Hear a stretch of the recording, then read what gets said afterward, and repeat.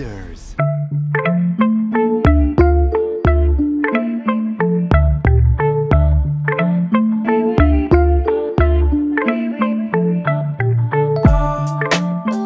Mehdi Meraï, avec Amin Benayed, vous avez créé une start-up à Montréal, oui. Spécialisée en intelligence artificielle appliquée, Data Performance, qui est rapidement arrivé à être considéré parmi les top 3 dans l'industrie au Canada. Oui. Pouvez-vous nous présenter cette entreprise? Donc, Data Performance, c'est une entreprise, le headquarter il est à Montréal. On travaille entre Montréal et Toronto. Récemment, on a ouvert un bureau à Tunis, particulièrement à McGill. On est spécialisé et exclusivement, on travaille sur de l'intelligence artificielle appliquée. C'est-à-dire, qu'est-ce que ça veut dire? Dans le sens où l'intelligence artificielle, c'est un concept déjà existant depuis un certain temps. Il y a une croissance en termes de recherche et développement beaucoup plus supérieure au niveau de l'ingénierie et de l'intelligence artificielle. Et c'est un peu ça le gap qu'on essaie de remplir. L'ingénierie, c'est-à-dire à partir de données déjà existantes, vous construisez des algorithmes. Exactement. C'est qu'on construit des algorithmes pour résoudre des problématiques bien particulières, des problématiques d'affaires. Un exemple? Dans différentes industries, et ça peut être dans l'industrie bancaire par exemple, où on essaye d'améliorer notre compréhension par rapport aux clients d'affaires. J'aimerais par exemple apprendre un peu plus sur un client, quel est par exemple son potentiel de croissance, à quel potentiel une entreprise X peut croître et quels sont les meilleurs produits que je peux lui offrir d'une manière proactive. Donc, les modèles d'apprentissage machine ou d'intelligence artificielle sont capables un peu de reconnaître ces signaux faibles et pouvoir faire une recommandation assez pertinente. Donc, d'une manière concrète, à partir des données d'une banque, oui. Vous développez à sa disposition des algorithmes qui analysent d'abord toutes ces données, exactement. Qui essaient de faire un travail de prédiction sur les risques de défaut de paiement. Par exemple. Sur les opportunités de croissance, exactement. Les opportunités de gestion de leur trésorerie, de financement. Oui, ça c'est un exemple d'une industrie en particulier avec laquelle nous avons eu de l'expérience. On a travaillé dans différentes industries, on travaille de plus en plus dans l'industrie de sécurité publique aussi, où les algorithmes d'intelligence artificielle, ils ont une très bonne capacité à reconnaître les objets à travers les données visuelles, à travers de caméras, vidéos et images. Et nous avons même déposé un brevet là-dessus pour une technologie particulière dans ce domaine-là, qui permettrait à une caméra, par exemple, de s'auto-calibrer et cela automatise un bon processus qui se fait aujourd'hui manuellement en termes de computer vision. C'est-à-dire, toute seule, la caméra s'auto-ajuste et essaie non seulement d'identifier l'objet ou la personne, mais vraiment de confirmer son statut, son genre. Oui. Exactement, exactement.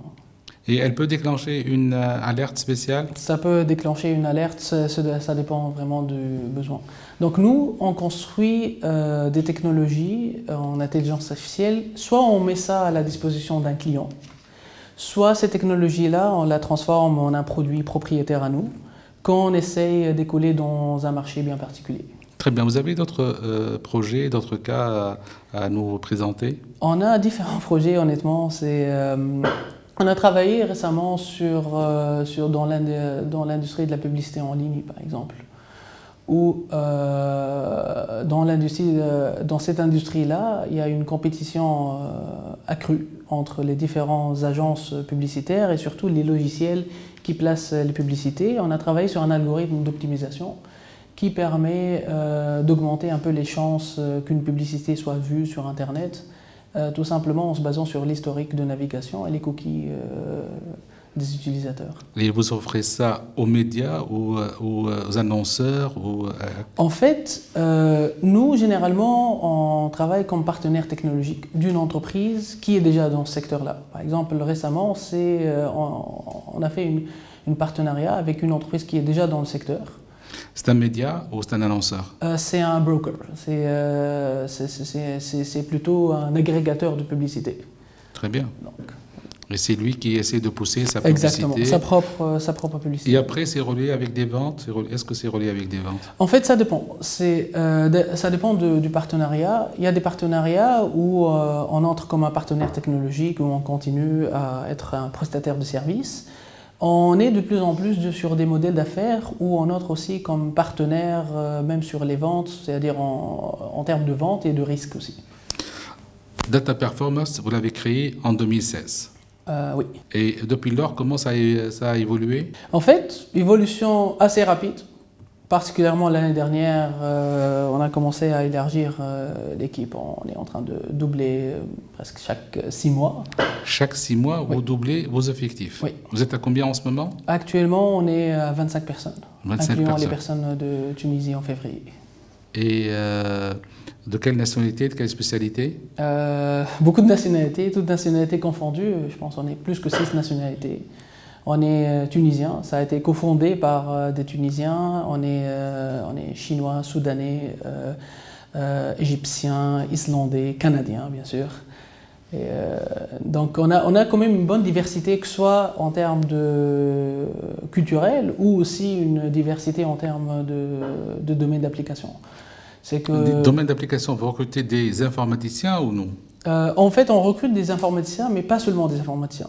Le hasard, on va dire, a fait que la plupart de l'équipe, c'est soit des ingénieurs mécaniques, soit des physiciens, des ingénieurs en électronique, par exemple.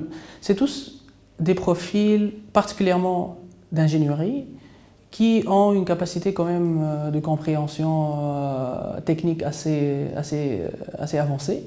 Et grâce à ça, on est arrivé à convertir ces profils-là en des ingénieurs en intelligence artificielle. Et cela nous a évité aussi toute un peu l'espèce de bataille qui se fait maintenant sur les profils de l'AI, surtout en Amérique du Nord. Excellent. Vous avez participé au sommet du G7 à Charlevoix. Oui. C'était combien? Comment? En fait, personnellement, j'ai participé sur une task force qui est reliée à l'intelligence artificielle et le futur du travail. Donc, vous savez très bien que de plus en plus de médias en parlent sur le fait que l'intelligence artificielle, grâce à l'automatisation, ça va comme changer profondément comme toute industrie et ça va impacter un peu les postes de travail de plusieurs personnes. Et ce qui est une réalité, et nous avons un peu discuté sur les différentes stratégies qui sont prises par les différents pays pour se préparer à cette problématique imminente.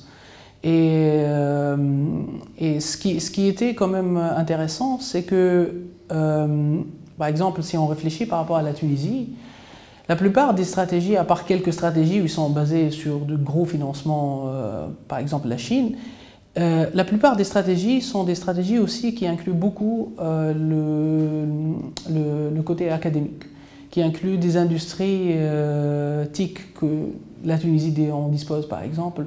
Et donc c'est des stratégies qui peuvent être, dont la Tunisie peut s'inspirer et peut appliquer aussi. Très bien. Et en novembre, vous avez été à Buenos Aires, oui, en Argentine, oui, pour le sommet du G20. Exactement. C'était dans quel cadre?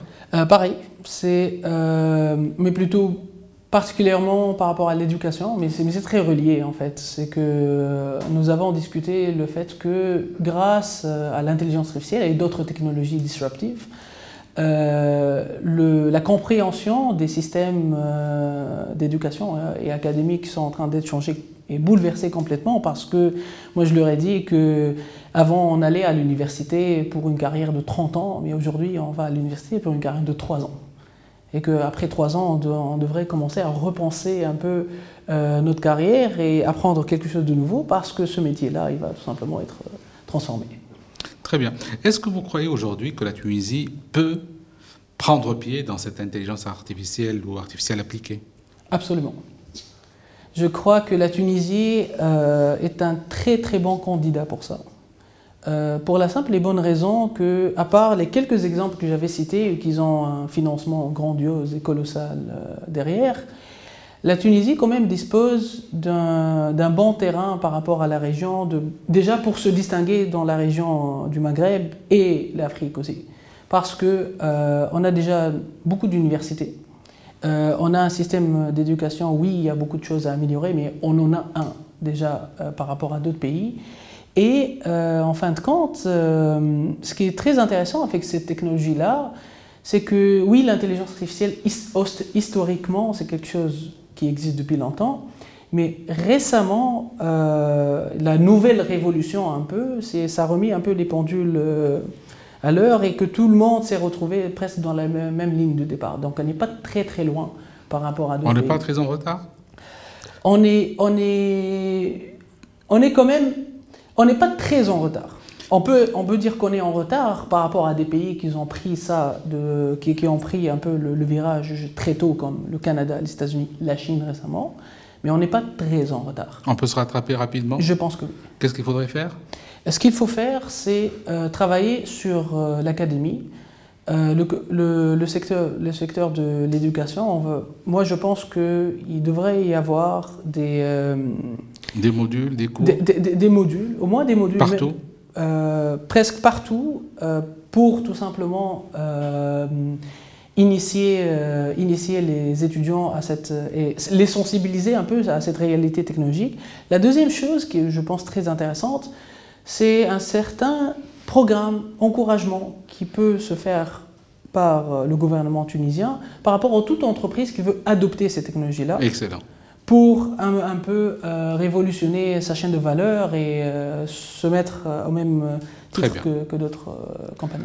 Vous avez plaidé en faveur d'un plan tunisien d'appui à l'intelligence artificielle. Exactement. Qui va le faire? Je pense que... je crois que c'est un projet qui peut être bottom-up, dans le sens... je n'ai pas travaillé personnellement sur Startup Tunisia, mais ce qui m'a inspiré dans ce projet-là, c'est que c'est un projet qui a commencé vraiment du terrain. C'est un peu les start-upers qui ont eu ce besoin-là et ils ont fait un peu le chemin contraire de ce qui est traditionnel, c'est-à-dire ils ont porté ce projet-là jusqu'à la Constitution. Je pense que c'est un même projet, ça doit avoir la même carrure, dans le sens où ça doit venir plus de praticiens qui, eux, ils ont une compréhension des besoins. Oui, tout à fait. D'une part, les praticiens, d'autre, des utilisateurs, parce que les entreprises aussi doivent exprimer leurs besoins. Exactement. Et je pense que c'est ce qui est particulier en intelligence artificielle, parce que c'est très multisectoriel. C'est-à-dire c'est quelque chose qui va faire des changements par rapport à, pas seulement à l'académie, l'industrie, pas seulement le ministère du TIC par exemple. C'est plusieurs ministères, je pense, qui doivent être impliqués. Tout à fait. Leaders.